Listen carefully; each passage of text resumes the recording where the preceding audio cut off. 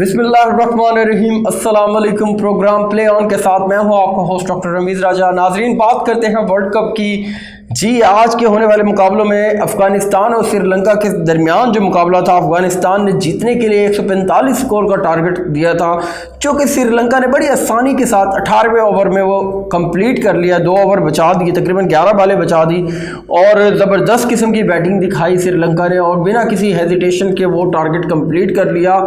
और दूसरा मैच जो आज का है वो इंग्लैंड और न्यूजीलैंड के दरमियान है। इंग्लैंड पहले बैटिंग कर रहा है और ये एक टफ कंपटीशन देखने को मिलेगा। शुक्र ये करते हैं कि जो ग्रुप 1 था उसमें अब बारिश नहीं हुई, वरना मुसलसल ही तमाम टीमें बारिश का शिकार हो रही थी और हमें एक दिलचस्प जो मुकाबले हैं वो देखने को नहीं मिल रहे थे।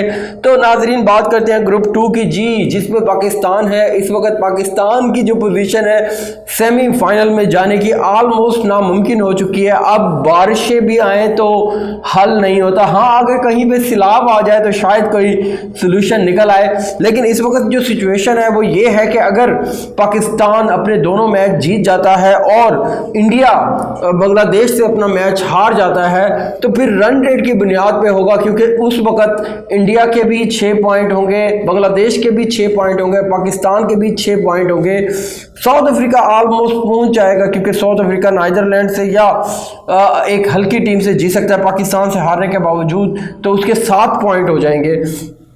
बड़ी टफ सिचुएशन है, लेकिन कल का मैच बहुत अहम है। अगर बांग्लादेश जीत जाता है, जो कि मुमकिन भी है, काफ़ी दफ़ा बड़े मैचेस बांग्लादेश ने हराए हुए भी हैं इंडिया को।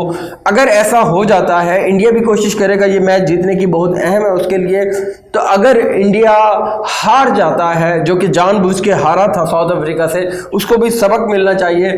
तो फिर इंडिया के 6 पॉइंट हो जाएंगे अपना आखिरी मैच जीतने के बाद। बांग्लादेश भी 6 पॉइंट ले सकेगा, क्योंकि बांग्लादेश का अगला मैच पाकिस्तान के साथ है और पाकिस्तान बांग्लादेश से जीत जाए, जो कि काफ़ी नामुमकिन नज़र आ रहा है। पाकिस्तान की जिस तरह की परफॉर्मेंस रही है इस वर्ल्ड कप के लिहाज से, 1-2 बड़े ज़बरदस्त जीते हुए मैच, मतलब आप हार जाते हैं 3 ओवर्स में, आप 48 स्कोर को डिफेंड नहीं करते और दुनिया के नंबर 1 बॉलिंग अटैक के साथ, और आप 39 बॉलों पे 43 स्कोर नहीं बना पाते जब आपके पास 7 विकेट्स पड़ी हैं। एक ज़बरदस्त दुनिया के नंबर 1 और नंबर 4 आपके पास बैटिंग जो है ना प्लेयर है बैटिंग के लिए, तो तब एक क्वेश्चन मार्क्स होता है कि आप कैसी टीम है दुनिया के नंबर 4 पे, कि आप नंबर 12 वाली टीम से हार गए हैं। तो लेट्स सी कि कल का मुकाबले कैसे होते हैं। परसों पाकिस्तान और साउथ अफ्रीका का है। दिलचस्प बात यह है कि पाकिस्तान साउथ अफ्रीका से कभी भी नहीं हारा वर्ल्ड कप में। 3 मैचेस हुए, तीनों पाकिस्तान ने जीते हैं और लेट्स सी ये मैच कैसा होता है। साउथ अफ्रीका की टीम भी काफ़ी मजबूत है, काफ़ी टफ टाइम देगी, लेकिन पाकिस्तान की बॉलिंग अटैक देखें तो बहुत अच्छा था पिछले प्रीवियस 2 मैचेस में। बहरहाल वर्ल्ड कप ऑलमोस्ट पाकिस्तान के हाथ से निकल चुका है। अब सिर्फ और सिर्फ किस्मत की बात है कि पाकिस्तान अच्छे मार्जिन के साथ 2 मैचेस जीते तो पाकिस्तान की परसेंटेज बेहतर होगी और इंडिया कल वाला मैच बांग्लादेश से हार जाए, ये वाला बहुत इंपॉर्टेंट फैक्टर है। अगर इंडिया बांग्लादेश से हारता है तो बहुत ज़बरदस्त चांसेस होंगे कि पाकिस्तान सेमीफाइनल में जा सकता है, और पाकिस्तान अगर ऐसी सिचुएशन में सेमीफाइनल में जाता है तो फाइनल पाकिस्तान के नसीब कंफर्म हो जाते हैं। लेट्स सी, लेट्स प्रे कि पाकिस्तान इंशाल्लाह ज़रूर जीते, कामयाब हो, और अगर सेमीफाइनल में नहीं भी जाए एटलीस्ट 6 पॉइंट के साथ वापस घर आए तो पाकिस्तानी टीम को हम वेलकम करेंगे, वार्म वेलकम करेंगे कि एटलीस्ट उन्होंने अपनी जो फॉर्म थी वो रिकवर की।